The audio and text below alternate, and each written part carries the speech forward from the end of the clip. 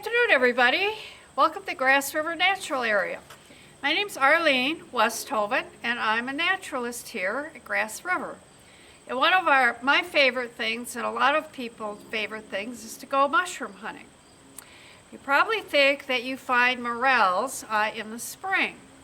And we do have a morel hunt here, but toward fall, we find a lot more mushrooms because there's more dead and decaying stuff after the summer. And so when we do a mushroom hunt here, we look not for the edible ones. We just look and find what we could see. I look at the characteristics, we identify them. Some of the very familiar ones are edible, according to what you ID them as. And remember, there's always a poisonous look-alike for every edible. So mushroom hunting is kind of a challenge, and probably you better not count on finding any that are edible. But if you do, check with someone who knows. And maybe today we'll see some common edibles. So what to look for? Well, first of all, when I go out in the woods, I take some bags like this. And I take a pencil or a pen and write down what kind of habitat. I don't take an ID book, but your phone is going to be really handy in the field. I have a map that shows where we're going to look today, and a knife to cut the cap off. And I put all that in a basket. And what we're looking for, basically, are several things to notice when you collect your mushroom. Okay, so fungus facts. The cap. Is it a rounded cap like this? Does it have a peak in the center like a tent? Or is it convex or lower in the center? The morels have pits in them, and when you cut a morel, the edible one, if you cut it in half, it's hollow all the way through. We have others, like the puffball, that is completely round. It can have some scales on top. We'll be seeing some of those today. And then the coral mushrooms look like fingers or coral. So you notice what type of cap. Also, on the ones with gills or on the stem, if you bruise them and see if they change color. Some mushrooms stain blue when you bruise them, and that's an identified characteristic. Under the cap, you will find either gills, pores, or teeth. And gills, just like the gills of a fish. Pores are very tiny holes. Some of them are larger than others, but they do not look at all like the gills. And then some have teeth that stick down. And the color of these is important. And also, again, if they change color. And we will take a spore print, and we'll show you how to do that a bit later. At the base of the mushrooms, you want to look and see if the stem or stipe right here is sitting in a cup. So that means you look at you dig around a little bit at the base with these mushrooms to find out if there is a cup there. That's indicative of a certain group, the Amanitas, that are poisonous. So if one's poisonous, probably it's not a good idea to try any of the others. Also, the stem, which we call a stipe, can have ridges on it of a different color or patches like this. And so that's another characteristic that gets you closer to what it actually is. And then the habitat. Is it growing in the grass or lawn? Lots of mushrooms grow in the lawn. is it growing in a woodland area where there's a lot of leaves and decaying material? Is it actually growing on wood? Either usually it's going to be dead wood. It could be downed, or it could be a dead part of a tree that's still standing. Or is it on bare soil? It's kind of unusual to be on bare soil. Here's an example of what we call the oyster mushroom that grows on wood. It looks like a shell. And it's pure white, looks like an oyster. So the habitat is important. The time of year can be important too. So when you're looking in the spring, you can pretty much expect to find members of the morel family. Other edibles and non-edibles are found toward fall. So if you know what season you're in, you can narrow down this great variety you're going to see. So we're going to take a walk. Emily's here with me, and we're going to take a walk with our little basket, and we're going to meet you at some mushrooms. We have found some puffballs, and these are edible, but only at a certain point. And puffballs, you can see these, many of them have a scaly pattern. Some of them look almost like maybe a pine cone. And some are absolutely smooth. There are some that are as big as volleyballs. These are the smaller ones. When you find a puffball, it should be pure white on the inside. And this one is getting a little bit old, but you cut them in half, and you should not see the shape of a mushroom in here. They should be all the same. And as they age, they darken, and that's the spores getting ripe. And let's see if you can see them puffing out the spores. Don't breathe them in. And that's how they spread. And so those are very good if you're sure it's a puffball. Some of them, these I don't think you'd have to peel, but and I would put those then, I would put a sample of those in my bag. This is a nice one. It's growing in sandy soil, but you can see there's some moss.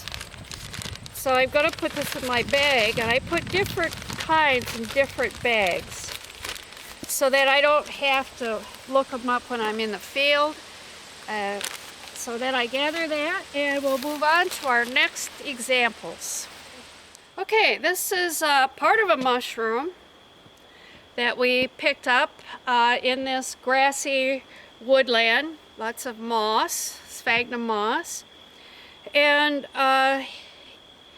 it snail trails all through that mushroom. I arose too late this morning. When we look at this, the cap is aging. It's been eaten by slugs. Here's the slug on the gills. The gills run down the stalk. And this we can group in a group of mushrooms called lactarius. Because when you break this, the gills, can you see the milk coming out? That's called the latex. And the color of that can help you identify it. It's in the group Lactarius. I don't believe they're just interesting to collect, quite common in the fall. Not an edible, but they are interesting, have some interesting characteristics. So, okay, so if you notice, this cap has scales on it. And we're also going to dig down and see if it's in a cup.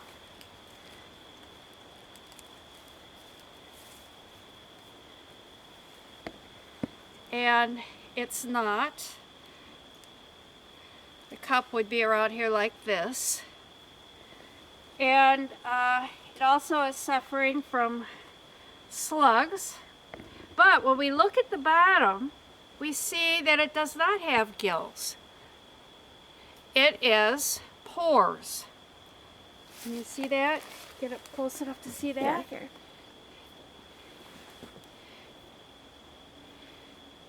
What's left, the slugs have eaten the pores, some of them.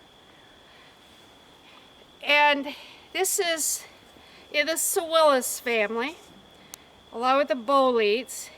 And in general, many of these are edible if you are careful to identify them. And it does not bruise. Some of them bruise blue.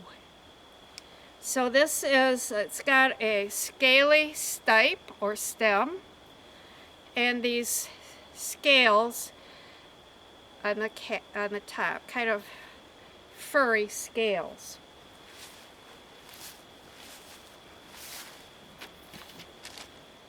And the name of this one I know right now is Sewillis pictus. So I'll quickly write that on here. It's not, some of these are slimy on the top. This one is not. Sewillis pictus. You read that?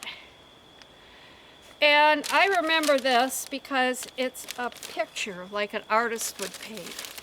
So it's a Sewillis because it has the pores, and pictus, which reminds me of a picture. Everything is pure white. The cap, the stipe, and I know that if I dig down in here, I'm going to find it sitting in a cup.